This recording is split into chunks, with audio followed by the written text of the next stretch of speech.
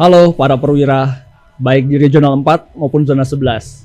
Selamat datang di podcast Zona 11, Salam Akhlak Zona 11. Ya, pada episode perdana kali ini, kita akan mengangkat tema Ramadan berakhlak. Tema Ramadan berakhlak ini adalah berbagi energi Ramadan dengan akhlak. Kenapa kita mengangkat tema ini? Karena di bulan suci Ramadan ini, kita juga harus menjalankan kehidupan kita sehari-hari maupun pekerjaan kita dengan tetap menerapkan tata nilai akhlak. Untuk itu, di podcast ini nantinya akan kita lakukan secara periodik setiap 2 minggu sekali, dan itu akan membahas mengenai akhlak dan akan menghadirkan narasumber-narasumber yang menarik. Nah, untuk itu di episode perdana kali ini, karena ini adalah episode yang sangat spesial, kita akan menghadirkan bintang tamu yang sangat spesial juga, yaitu General Manager Zona 11. Siapa lagi kalau bukan Bapak Muzwir Wiratama. Beri tepuk tangan untuk Pak Wira.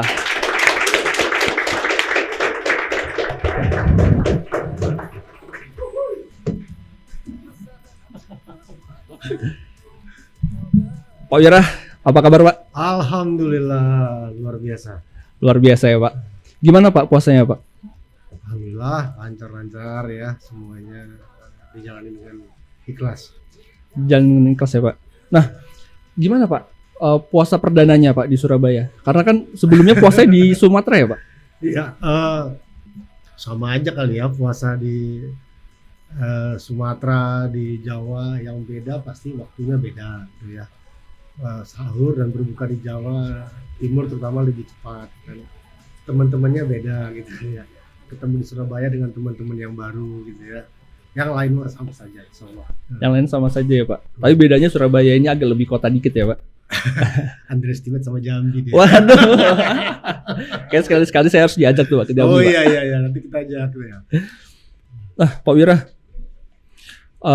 sebelum kita mulai nih Pak, Ya. boleh dong kita sapa dulu nih Pak teman-teman kita yang hadir. Karena untuk podcast ini tidak kita hadirkan, tidak hanya dilakukan secara offline saja Pak di Coworking Space Zona 11. Tapi juga kita live streaming di YouTube, Instagram, dan juga di MS Teams. Hebat ya.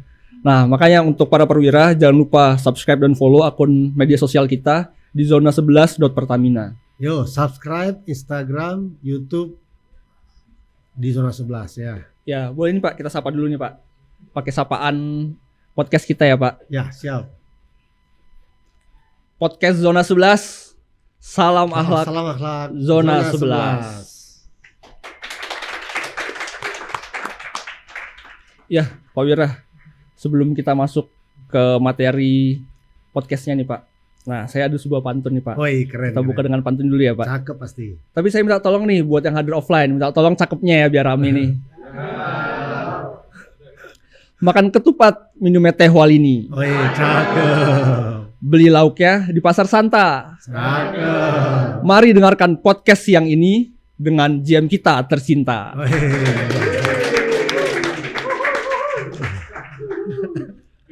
Pak Wira. Nah, ini kan kita tidak hanya terbatas nih Pak pendengarnya dari zona 11 aja, Iya, tapi juga ada dari regional 4 Regional dan 4. juga zona-zona lainnya. iya. Nah, katanya kan Pak, tak kenal maka tak sayang nih Pak. Betul ya. Nah, jadi boleh nih Pak perkenalan dulu Pak. Oh, masih banyak yang belum kenal ternyata ya. Ya, baik. Terima kasih ya, Ido. Nama saya tentunya Muzwir Wiratama ya. Sebelum di zona 11 saya dari zona 1. Sebelumnya juga pernah di beberapa lapangan WKPHI ya, dari OSES, Jambi Merang. Sepanjang karir saya itu campur deh ya. Saya mulai dari petrochemical, kemudian masuk ke migas terutama di hulu. Kira-kira begitu.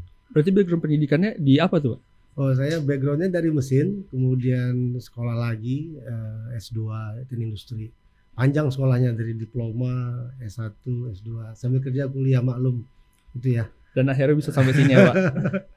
Luar biasa. Belajar Pak. terus semangat ya. Dan itu lama bekerjanya berapa lama Pak?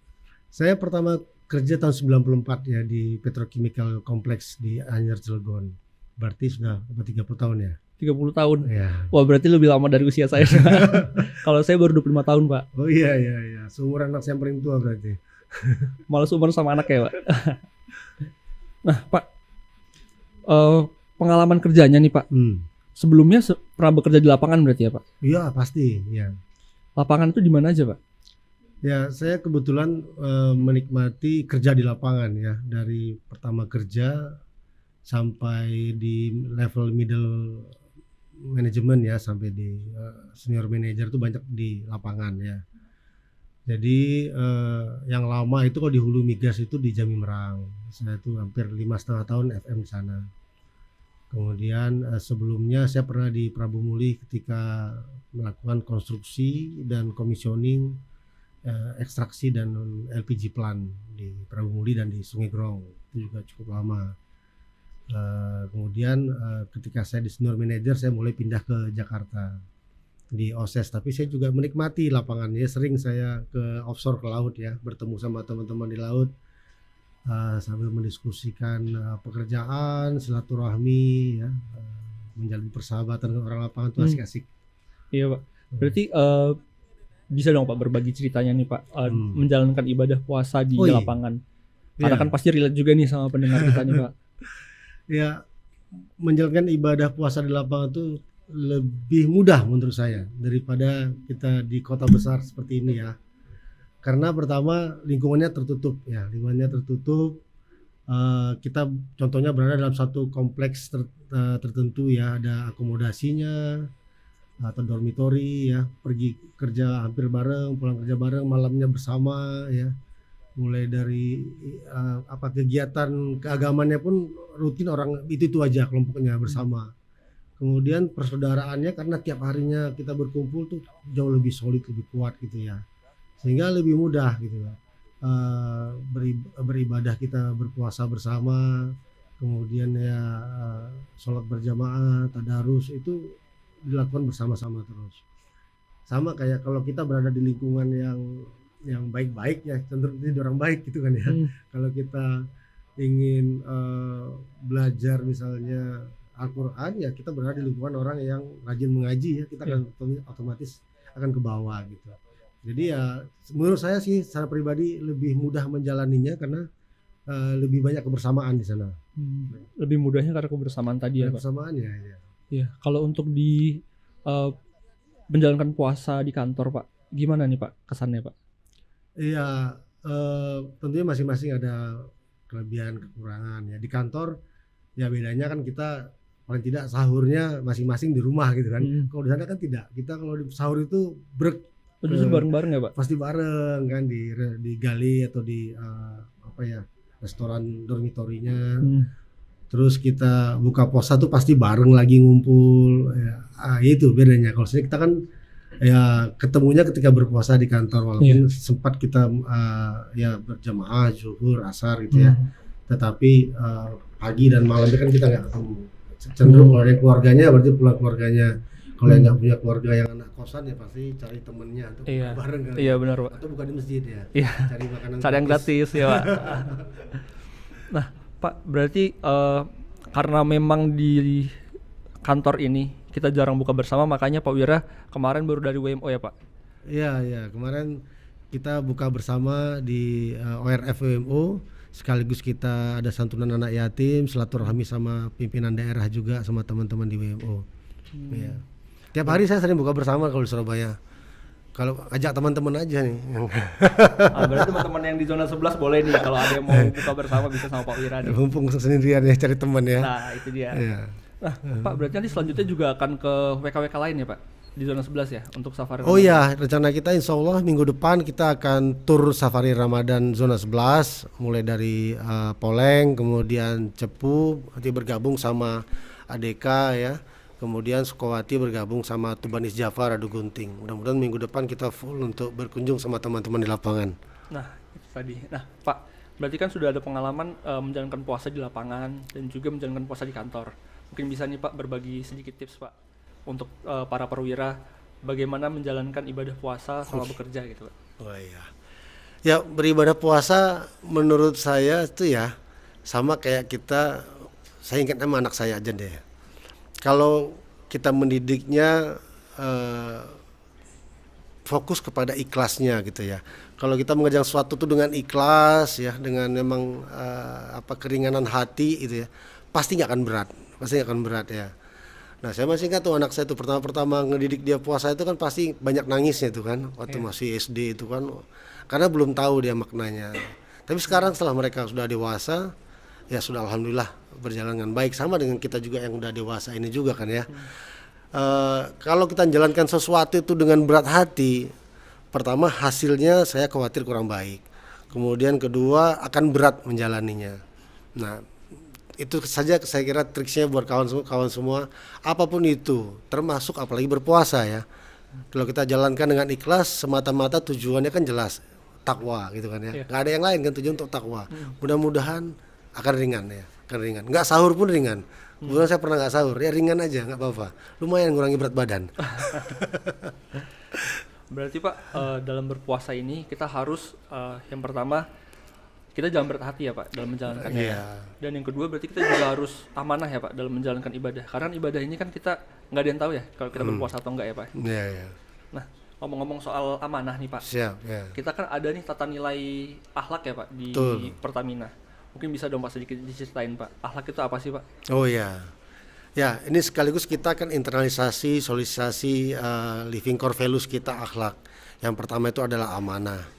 Nah, dalam amanah ini kita bagaimana mengemban tanggung jawab dengan sebaik-baiknya, mengambil keputusan dengan sebaik-baiknya untuk kepentingan perusahaan dan negara yang kita cintain ini.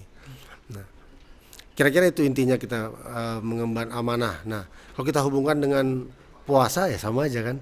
Kita punya kewajiban kita berpuasa, kita jalankan sebaik-baiknya, seikhlas-ikhlasnya. Demikian dengan amanah di pekerjaan, kita jalankan sebaik-baiknya, seikhlas-ikhlasnya semata-mata untuk tujuan kebaikan perusahaan dan tentunya kebaikan orang banyak yang ada sekitar kita.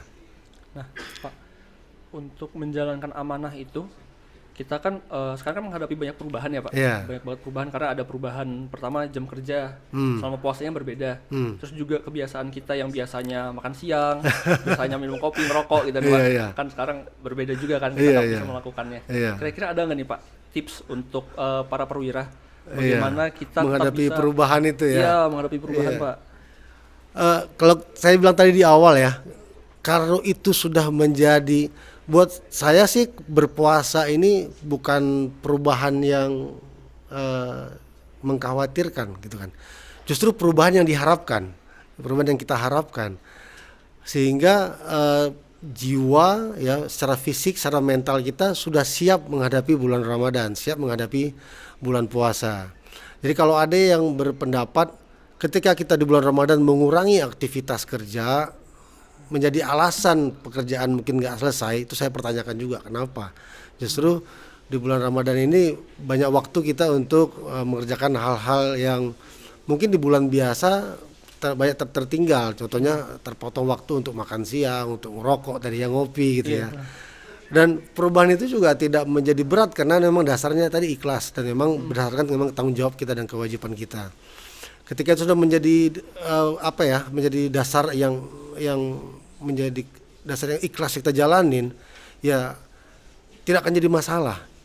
Kita tuh kalau di bulan biasa itu ya suruh nggak ngerokok, bagi perokok ya mohon maaf ya, berat tuh pasti kan ya, pasti cari-cari waktu untuk ngerokok dan ngopi. Tapi kalau di bulan puasa tuh nggak ada yang keberatan, karena memang dasarnya apa, keyakinan dan ikhlasnya itu. Jadi perubahan waktu, perubahan kerja tidak menjadi hal penting selama bulan Ramadan ya. Justru kita harapkan banyak kualitas kerja yang kita tingkatkan selama bulan Ramadan ini. Berarti meningkatkan kualitas pekerjaannya itu dengan cara kita memaksimalkan waktu yang ada ya Pak? Betul ya. Nah ini Pak, kan saya perwira baru nih Pak, saya baru gabung nih di zona 11. Nah secara kompetensi kan saya juga masih banyak yang harus saya pelajari. Nah kira-kira apa aja nih Pak kompetensi dasar yang harus dimiliki para perwira Pak? Kalau kita bicara kompetensi, kita mesti paham dulu ya definisinya apa. Nah kompetensi ini menurut saya setidaknya adalah kita memiliki pendidikan, ya, pengalaman, kualifikasi dan etika yang baik dalam mengerjakan suatu pekerjaan. Jadi ada pendidikan ya, ada pengalaman, kualifikasi, bisa saja sertifikasi dan juga ada etika, attitude dalamnya. Untuk kita bisa bilang bahwa saya punya kompetensi mengerjakan pekerjaan tersebut. Nah kompetensi itu juga terbagi dua secara besar ya. yaitu soft skill atau kompetensi yang sifatnya attributes ke attitude lebih banyak ya, sama kompetensi yang sifatnya technical. Jadi soft skill sama technical kompetensi ya. Nah, di kompetensi soft skill ini yang paling utama kita tergantung bagaimana melihat kondisinya gitu ya. Untuk zona 11 ya, saya melihat zona 11 ini kita lapangan-lapangan yang tua, banyak tantangannya gitu ya. Saya mendorong kawan-kawan semua, yang pertama kita harus buka itu kompetensi komunikasi ya. Communication skill-nya harus benar-benar jalan gitu ya. Saya ada lihat banner di kantor kita tuh, ngobrol dong gitu ya. Ya itu bagian daripada kita menggugah terjadi komunikasi yang seamless, yang sangat baik di antara kita semua. Karena banyak problem di lapangan-lapangan kita ini tidak diselesaikan karena komunikasinya nggak baik ya. Kemudian yang kedua adalah kemampuan kita menyelesaikan masalah, problem solving attitude ya. Jadi jadilah bagian daripada penyelesaian masalah, jangan jadi bagian dari membuat masalah gitu.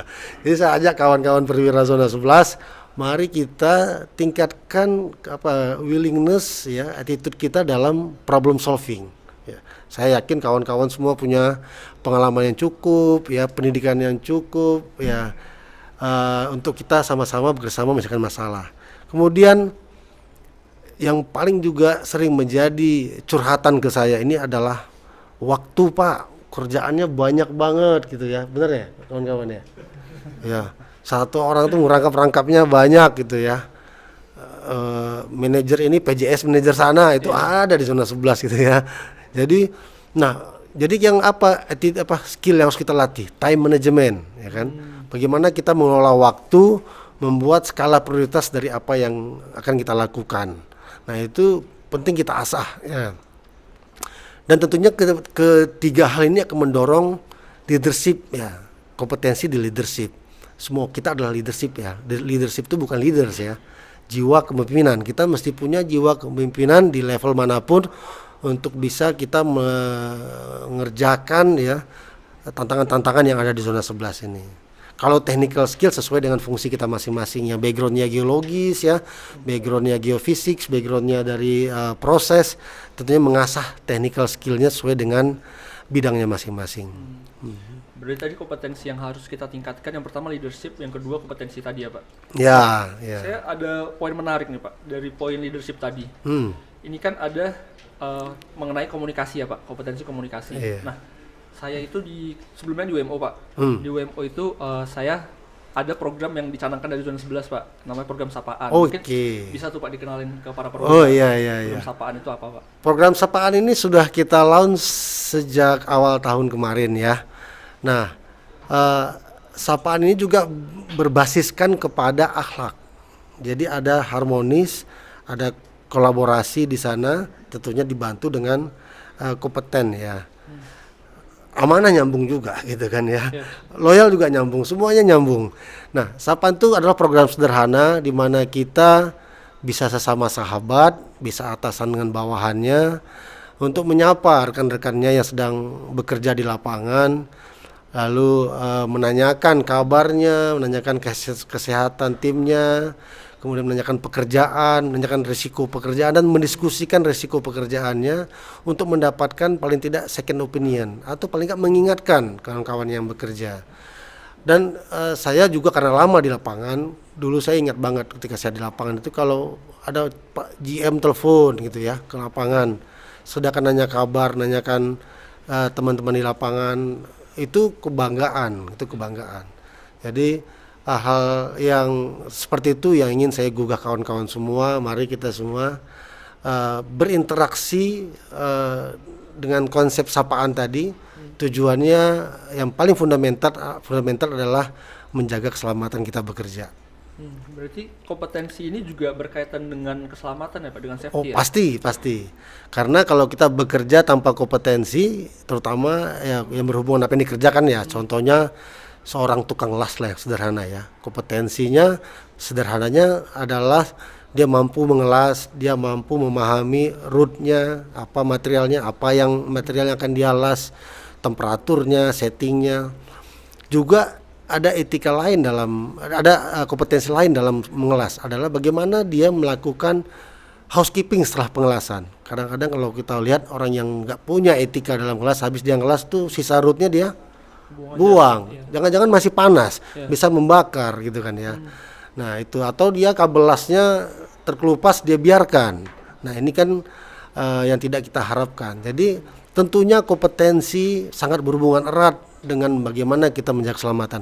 Kita melakukan mereview JSA, SIKA gitu ya, lockout take out, semuanya itu perlu kompetensi. Bayangkan kalau kita nggak punya pemahaman apapun secara teknikal, bagaimana pekerjaan itu dilakukan. Nah, sapaan juga akan membantu ya, ketika temannya yang misalnya lagi off duty nih, dia telepon temannya lagi on duty, dia ingat dulu ketika dia on duty ada pekerjaan yang dia tinggalkan, yang dia ingin reminder kawannya. Kenapa dia ingin reminder? Karena dia peduli, mereka sahabat gitu kan, mereka saling tidak menginginkan ada apa-apa dengan timnya. Nah ini konsep ini yang kita dorong dalam sapaan. Berarti konsep sapaan ini berkaitan erat dengan safety. Tentu. Nah, kalau concern Pak Wirah terkait safety di zona 11 ada nggak nih Pak?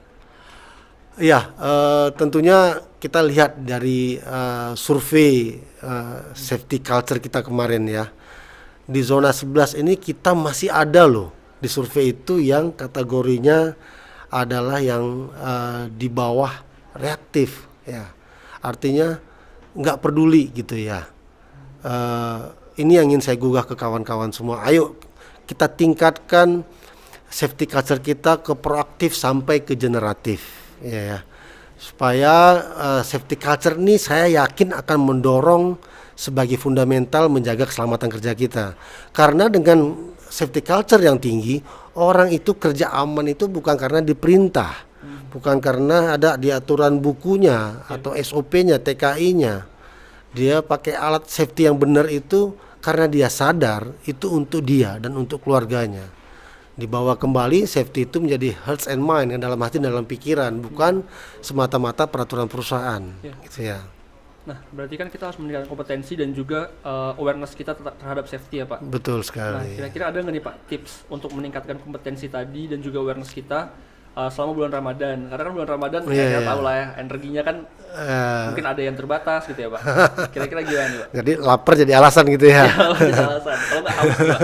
Haus dan lapar jadi alasan gitu ya. Jadi terutama buat teman-teman di lapangan ya, saya izin mengingatkan juga di sini nih.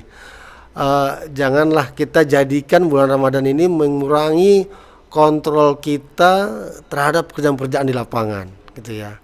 Nah kita ada juga fit to work gitu ya. Kalau kita kurang sehat, ada tim kita yang kurang sehat, tentunya nggak kita izinkan bekerja di lapangan kan. Tapi kalau kita lihat bahwa sudah semuanya terpenuhi, kemudian karena alasan puasa, saya nggak mau deh ngontrol di lapangan, percaya aja sama teman-teman. Atau PJSM-nya tidak dilaksanakan ya, pre-job safety meeting nggak dilaksanakan, komunikasi jadi jelek.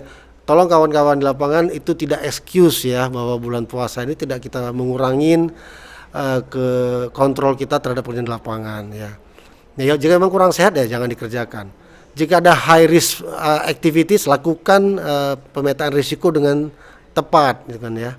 Kalau memang khawatir dehidrasi, ya pekerjaannya mungkin digeser ke waktu yang lebih teduh, misalnya sore gitu ya. Ketika nanti misalnya azan berbuka ya buka dulu, lanjutkan lagi mungkin malam setelah mungkin sholat gitu ya. Bisa diatur di lapangan. Karena saya juga lama di lapangan, semuanya tuh orang lapangan bilang aturable ya. Bisa diatur.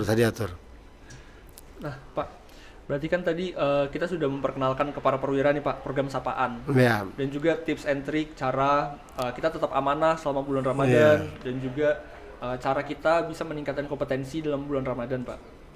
Nah saya juga karena di zona 11 nih Pak, karena saya sekarang berkantor di zona, saya tuh mendengar juga nih Pak, kita punya slogan baru ya Pak. Iya.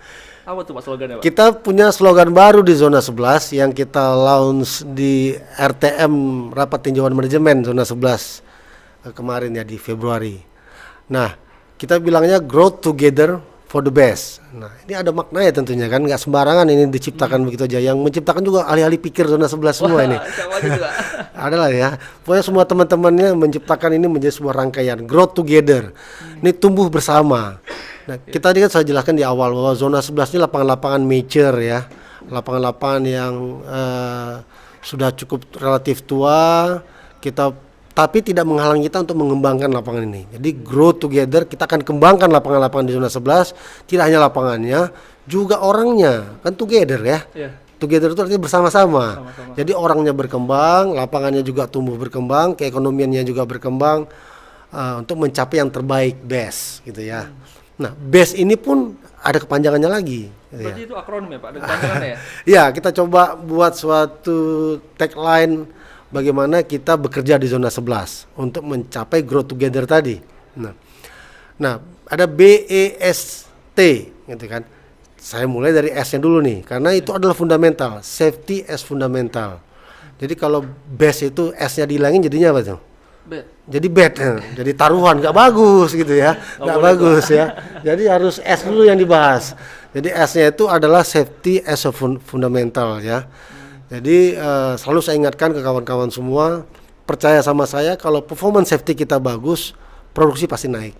Jadi orang kan dulu bilang sering khawatir, gara-gara kita kencengin safety-nya produksinya turun.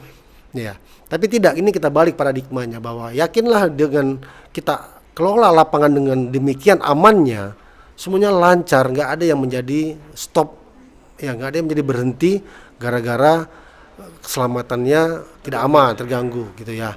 Jadi memang dibutuhkan perencanaan yang sangat baik sehingga eksekusinya aman gitu kan, dan menghasilkan deliverables yang kita harapkan. Jadi safety as fundamental yang menjadi dasar kita yang pertama.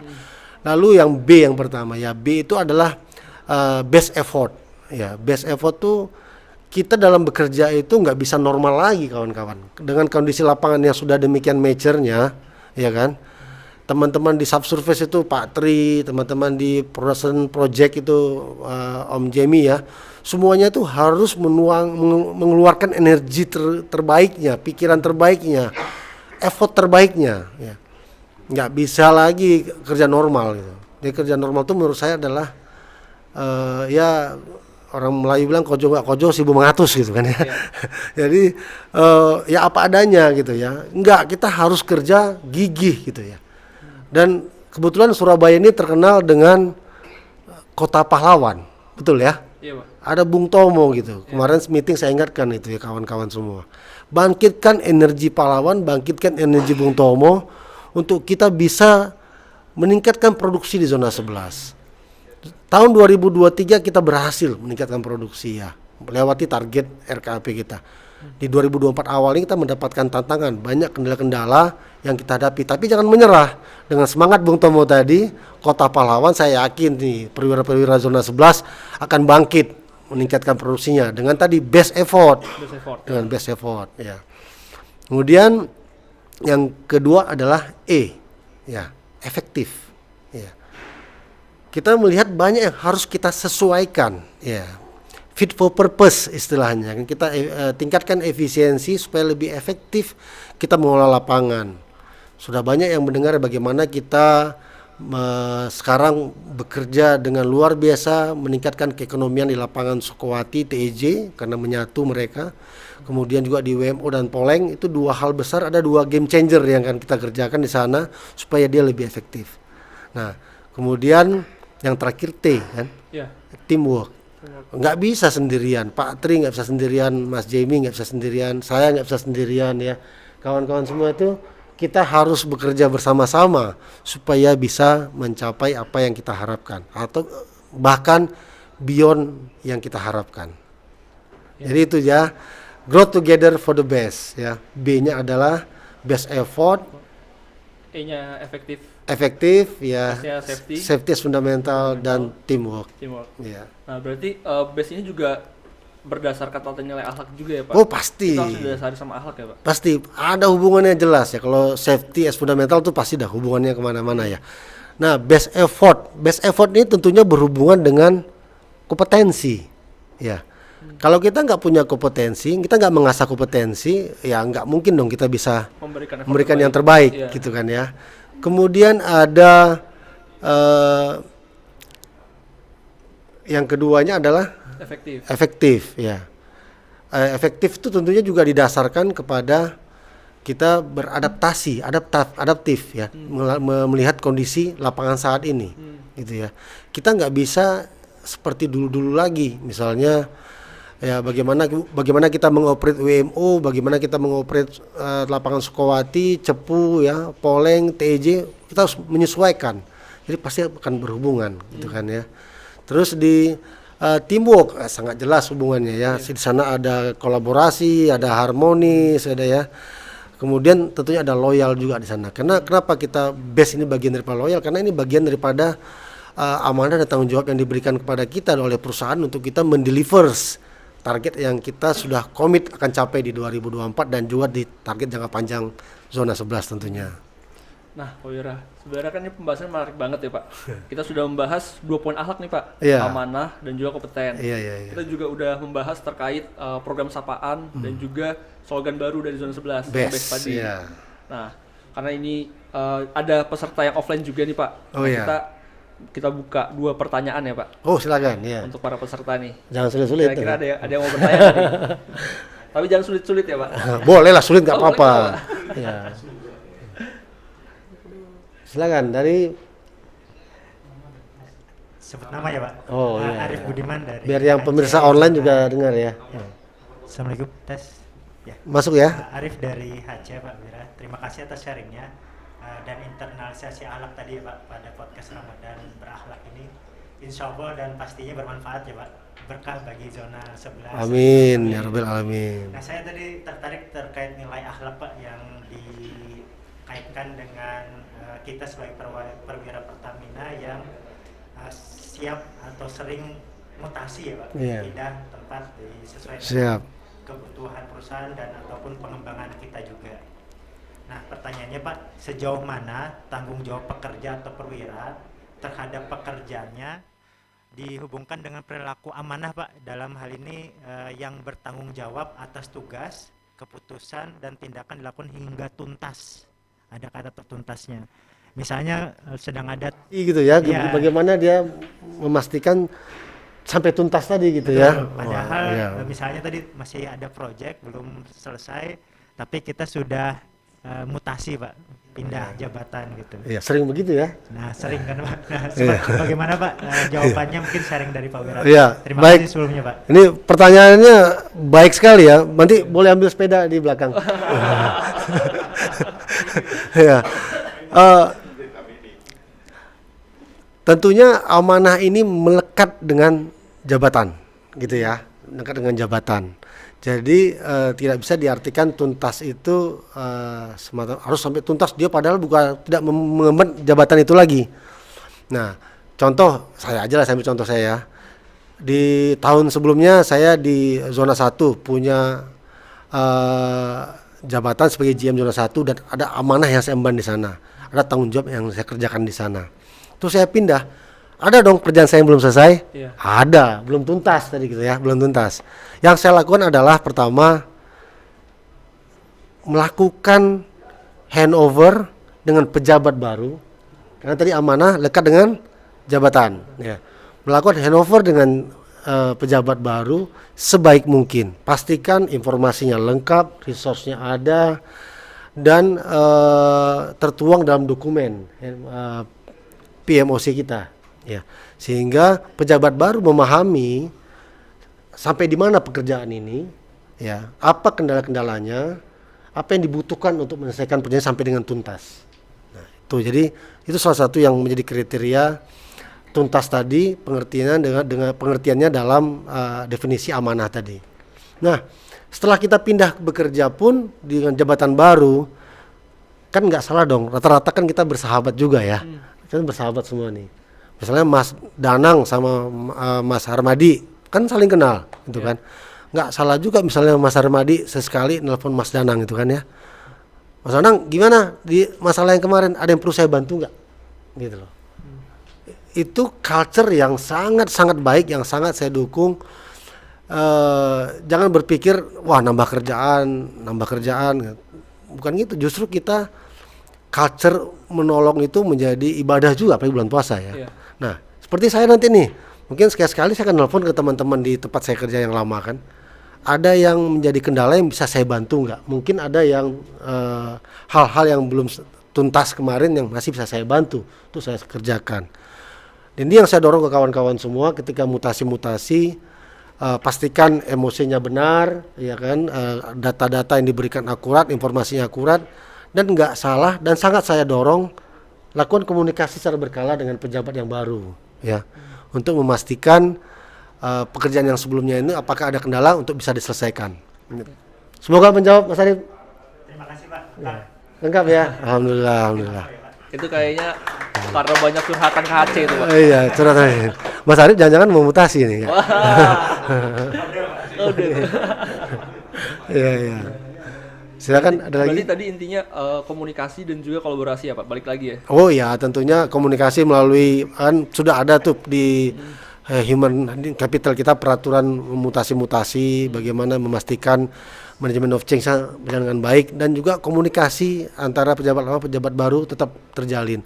Walaupun sibuk dengan posisinya yang baru, ya posisi pekerjaan yang lama kan nggak salah dia untuk ketika kan sering juga bertemu kayak saya dengan GM zona 1 yang baru, acara-acara tertentu kita ketemu juga kan, pasti akan berkomunikasi, nanyakan kabar apa ya, masalah-masalah yang bisa mungkin kita saling bantu. Iya. Nih. Nah itu menarik tadi pertanyaannya. Mungkin ada lagi nih dari para perwira yang hadir secara offline, satu pertanyaan. Boleh ya Pak, dari perempuan nih. Oh ya, boleh mewakili perempuan. Mewakili Pertiwi. Iya Pak, tadi Pak Wira sempat sampaikan bahwa kita sebagai perwira itu harus memiliki kompetensi gitu ya, kompetensi teknikal juga kompetensi atau soft skill gitu ya Pak.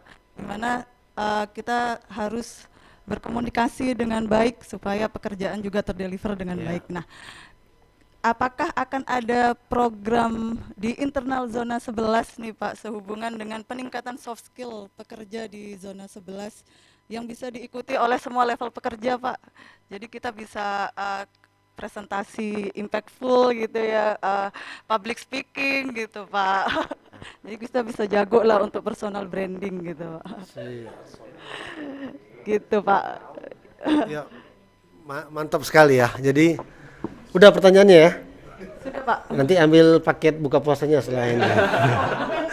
Beda ya Pak. Beda. Nggak adil Pak. Nggak adil ya. Iya, jangan salah, paket buat buka puasanya luar biasa itu. Makan gratis 3 bulan ya. Ya, terima kasih pertanyaannya ya.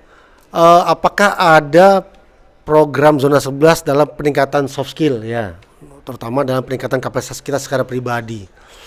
Nah, sebelum itu saya akan memberikan sedikit tips ya bagaimana kita belajar. Yang paling powerful dalam kita meningkatkan kemampuan diri itu adalah learning. Tahu nggak learning? Apa tuh? Learning dan training itu berbeda ya. Learning itu powernya dari mana? Dari dalam. Haram. Training itu Dari luar. perintah gitu kan. HC mengadakan training pelatihan bahasa Inggris itu misalnya kan ya, diagendakan, orangnya ditunjuk ya kan. Ya. Belum tentu semua orang suka ya kan, tapi dia terpaksa ikut training itu karena ada Namanya sprintnya, udah nama tercantum, tercantum situ. Tapi kalau learning itu dari inner, dari dalam. Kita mau belajar sendiri melalui media, banyak sekali sekarang media ya, di Google itu kita mau belajar apa saja ada gitu kan ya. Bahkan kalau berbayar pun itu murah-murah gitu kan. Ada teman saya di zona lain ya, dia tuh hobinya belajar bahasa. Dia belajar bahasa Rusia, bahasa Prancis gitu kan. Nggak ada hubungan sama pekerjaannya, tapi dia hobi sekali belajar bahasa gitu kan ya. Untuk keperluannya sendiri aja gitu. Nah, demikian juga buat kita semua ya. Ketika kita ingin mendalami sesuatu, memang enak kalau dari perusahaan ada. Ya, tapi buat saya lebih enak muncul sendiri, kita belajar sendiri. Nah, zona 11 mudah-mudahan akan segera kita buatkan, kita terbitkan program-program ya. Saya dulu di tempat yang lain sempat juga mendevelop namanya Leadership Institute Itu saya develop di tempat saya sebelumnya, saya pionirnya, saya buat. Mudah-mudahan masih berjalan sampai sekarang. Nah, memang di zona 11 belum kita terbitkan, tapi jangan khawatir. Di Pertamina saja sudah banyak program-program yang mendukung pengembangan pribadi. Ada yang pernah tahu Chatter program? Nah, Mas Danang coachnya, saya juga terdaftar coach di sana. Iya. Silakan itu ambil di programnya, mentornya, coachingnya ya, bisa dipakai dalam mengembangkan. Mau belajar apa saja, gitu kan. Saya sendiri sekarang masuk dalam program executive coaching, gitu ya. Jadi nggak pernah berhenti, gitu ya. Kita meningkatkan kapasitas kita. Nah, mari di teman-teman zona 11 selain yang ada di subholding upstream di regional 4 ya sudah ada sekarang. Kalau mau ditambah dengan program-program pengembangan pribadi, saya lupa nih, Mas Danang ini dia pribadi mencari sertifikat professional coach. Nah, ini contoh nih, tepuk tangan dulu Mas Danang nih. Ya, di zona 11. Nah, ini contoh ya, menjadi model juga buat kita semua. Nah, mari kita tiru itu Mas Danang itu ya, belajar sendiri mengembangkan. Tapi tidak juga menghilangkan kemauan saya, kemauan kawan-kawan di zona 11, kita coba buat lebih terstruktur. Nah, dulu ada backgroundnya dulu kenapa dibuat Institute Leadership di tempat saya sebelumnya. Karena dulu ada curhatan, lolos IJP itu susah. Terutama membuat motivation essay, ya kan. Nah, itu awalnya sebagai backgroundnya. Sekarang ini sudah ada jalur succession ya selain IJP. Nah, kawan-kawan yang ingin mengembangkan kemampuan pribadi, misalnya pengembangan presentation skill atau pengembangan bahasa Inggris.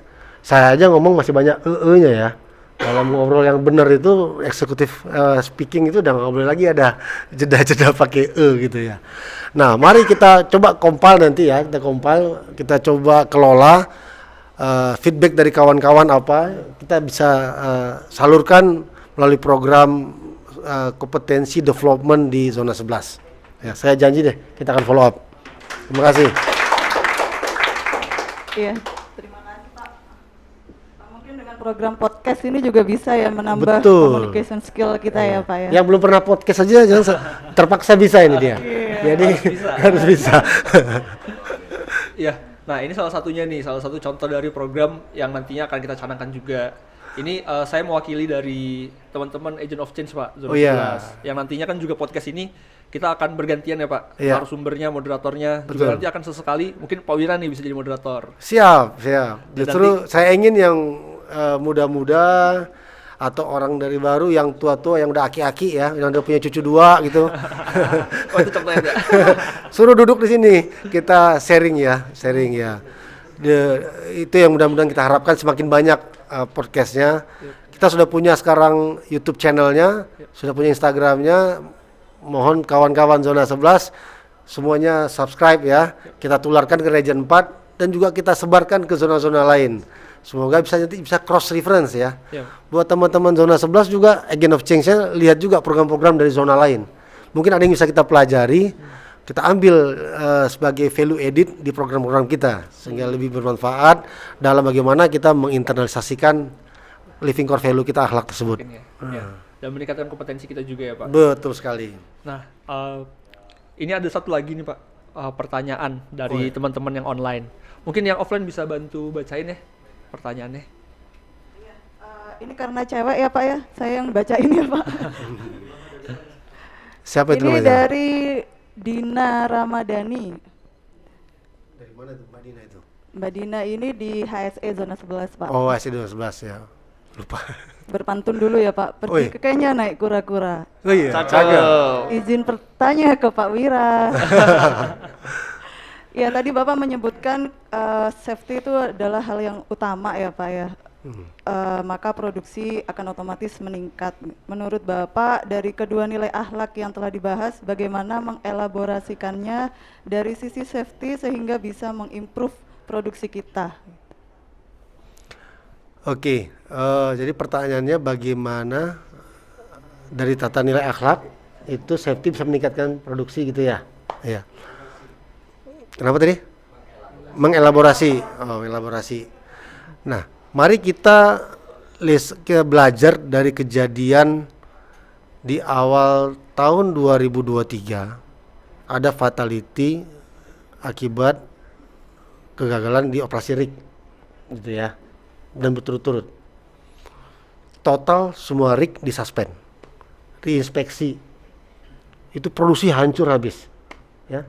Pada tahun itu semua produksi lapangan-lapangan turun semua ketika di challenge oleh misalnya SKK Migas, oleh SAU, ya Pak, rig kita masih banyak kesuspend, masih banyak inspeksinya belum di follow up.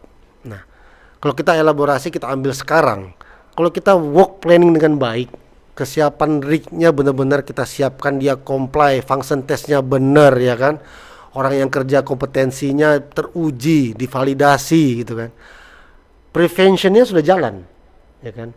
Accident terjadi kalau kita belajar cheese model gitu kan, bolong-bolongnya itu kita tutupin dengan layer of protection yang sangat kuat gitu kan ya. Jadi preventionnya bagus sehingga accidentnya dapat kita cegah. Nah, itu yang diharapkan konsep safety mendukung produksi. Ketika kawan-kawan semua di persiapannya, preparationnya sudah sangat baik, termasuk aspek safety menjadi hal yang utama dipastikan, eksekusinya pasti akan terganggu. Ya, eksekusi nggak terganggu, deliverablesnya, eksekusinya on time, bahkan bisa lebih cepat. Ketika kita bisa mengerjakan sesuatu dengan lebih cepat, dengan tidak menghilangkan aspek safety, gainnya akan lebih besar kan. Iya. Contohnya, ini contoh di zona 11 dah, SKW B25 sekarang mundur, gitu ya. Harusnya kita dapatkan gainnya lebih awal kan di bulan Februari. Ini mundur sampai bulan Maret. Kita lost kan. Gara-gara apa? Ada yang tahu nggak? Karena rignya belum aman.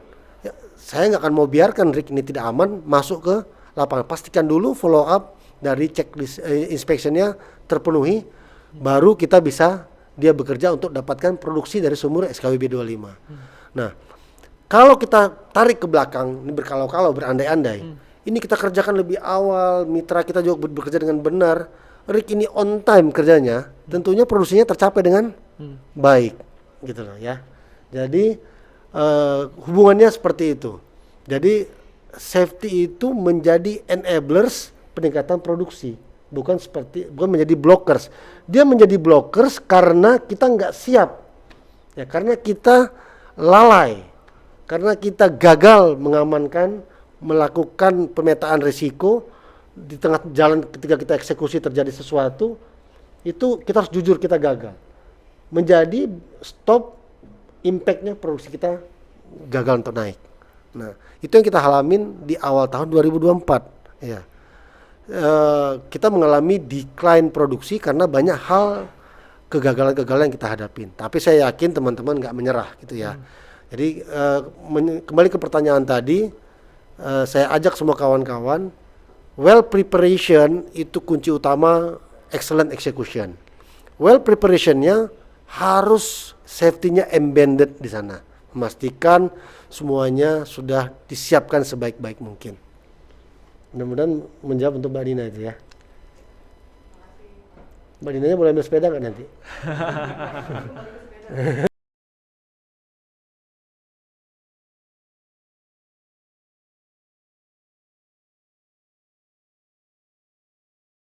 Ini mungkin dari Pak Wira ada sedikit closing statement, Pak. Ya, closing statement berhubungan dengan tema kita hari ini, akhlak ya, ada amanah dan kompetensi. Saya ajak kawan-kawan semua, mari kita emban amanah tanggung jawab kita sebaik-baiknya. Lakukan pekerjaan kita dengan seikhlas-ikhlasnya, dengan niat baik, ya, usaha terbaik. Mudah-mudahan kita mendapatkan hasil juga yang terbaik. Ya, seperti saya sampaikan di awal tadi, fundamental hati kita ini berniat baik, kerja baik, ikhlas. Mudah-mudahan jadi ringan apa yang kita kerjakan ya kawan-kawan semua ya. Beban yang berat menjadi ringan karena kita kerja dengan ikhlas. Yang kedua, kompetensi. Kita tadi sudah diskusikan, keywordsnya adalah jangan pernah berhenti belajar ya. Di usia apapun, tadi ada contoh kita, teman kita Mas Danang juga secara self inisiatifnya belajar mendapatkan sertifikasi. Tadi juga saya ceritakan banyak metode yang disiapkan oleh Pertamina Human Capital untuk kita pengembangan pribadi ya. Dan lebih penting adalah self learning jauh lebih powerful daripada training. Jadi upayakan ketika kita ingin belajar seperti pertanyaan tadi, dari diri sendiri itu akan mudah kita meningkatkan kompetensi kita. Iya. Ya, terima kasih. Iya. Mungkin ini karena udah berakhir juga closing statement-nya, kita salam akhlak dulu ya Pak. Sama-sama ya. Dari Ya. podcast Zona 11. Podcast Zona 11. Salam akhlak Zona 11. Terima kasih.